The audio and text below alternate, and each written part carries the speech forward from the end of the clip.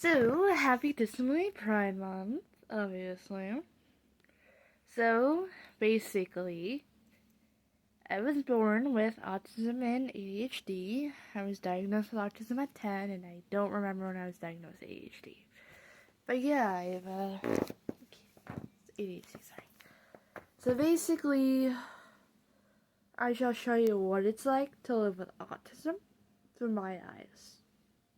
I can't physically do it per se, but first, before I actually say it, sorry, one of my medical ESSA was annoying me a bit, so I fixed her outfit. Anyways, so I deal with a bit of severe hypersensitivity some days and anxiety. Some days I just have these problems. So yeah, I'm gonna show you the things I do to make my life easier. Over there, there is my fidgets, my medical ESSA. I deal with asthma. It's a chronic illness. And this is my trusty ESA I take to Walmart in the store.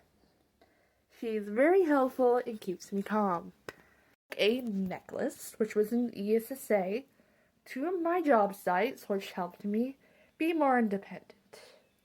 And I have mobility issues some days, so I use this for stores or long occasions where I have to walk very far.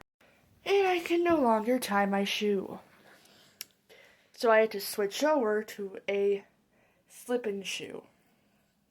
But I can still tie a garbage bag. That's improvement for me. So yeah, so far I've been on a medication to stop my anxiety, and I've been on an inhaler for my asthma. So things are getting better. I mean, granted, I didn't think my adulthood of 18 would inquire on the having severe problems with change and having problems adjusting. And not being allowed alone. Some days my brain is like a child, some days 12 to 13. Mostly either 10 to 10 to 12 or something like that.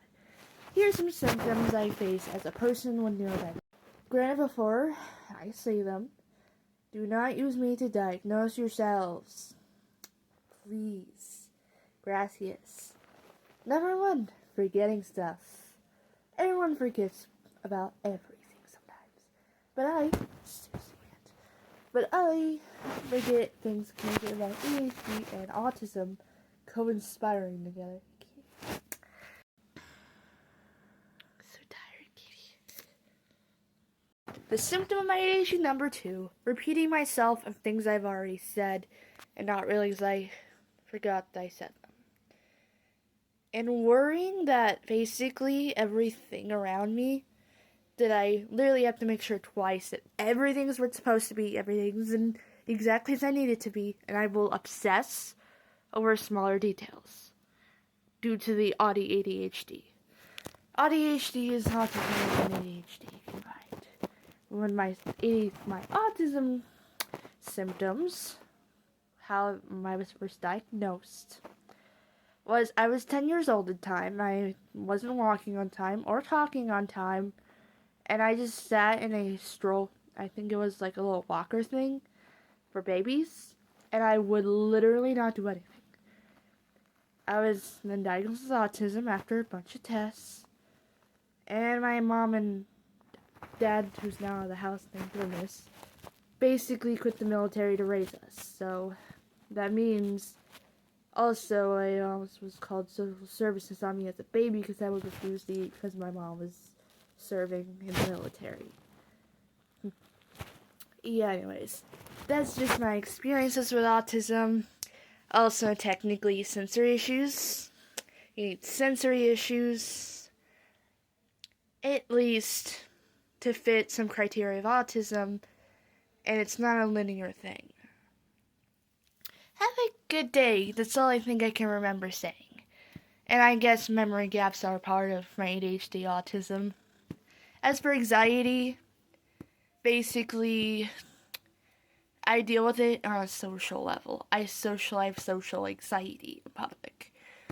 I will literally go mute every time I look at a service worker.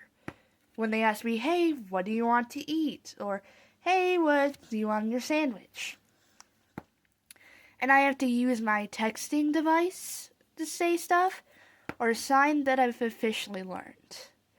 So hopefully my symptoms can get better and I can live a normal-ish life. But hey, who cares if I'm not normal?